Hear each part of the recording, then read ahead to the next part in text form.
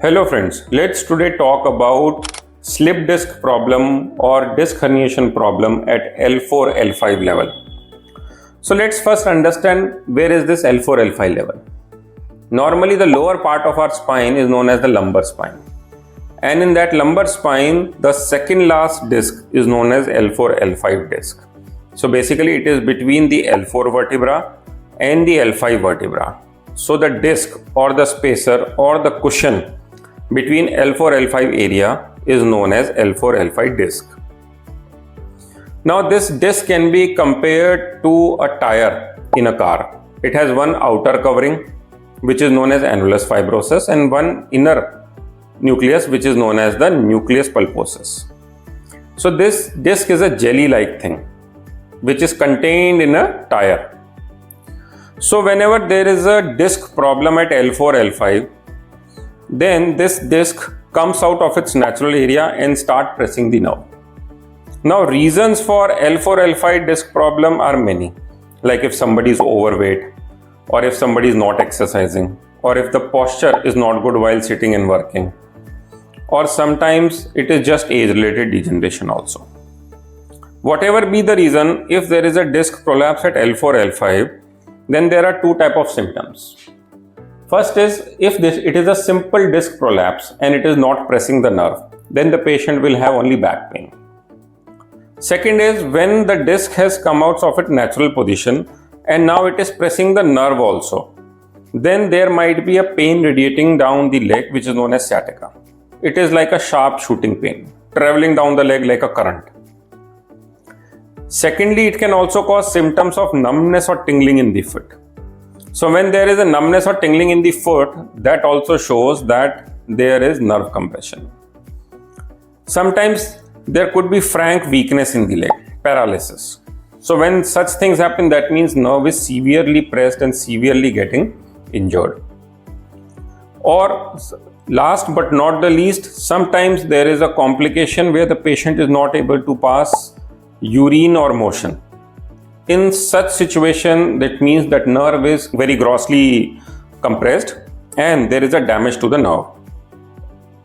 So normally in such situation, when you will go to your doctor, he will first do a clinical examination. And after your clinical examination, he will ask you to get one MRI done. MRI will clearly tell us if it is a L4-L5 disc. It will also tell us what kind and what extent of compression is there on the nerves. Good thing here is not everybody requires a surgery for L4-L5 disc prolapse. 97% of the patients, they can be treated without surgery. Normally we put the patient on rest, we start medicines, we start exercises, we start physiotherapy, and we observe for the patient for few days, and the slowly patient can get back to his normal life.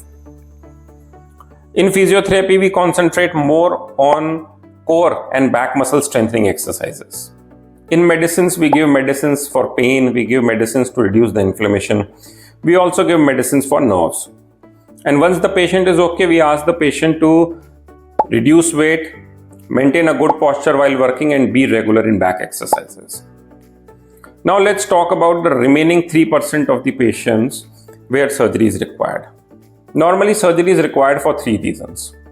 First is, if the pain in the leg is not settling down in spite of medicines, exercises and physiotherapy. Second is, if there is some paralysis in the foot, that some muscle is not working, the power in the leg has gone down. That is the second indication. Third is, if the patient is having problem in passing motion or urine. This is known as Cauda Equina Syndrome. So normally whenever we take the patient for surgery, it is a small incision surgery or minimally invasive surgery these days. We either do it by microscopic technique or endoscopic technique.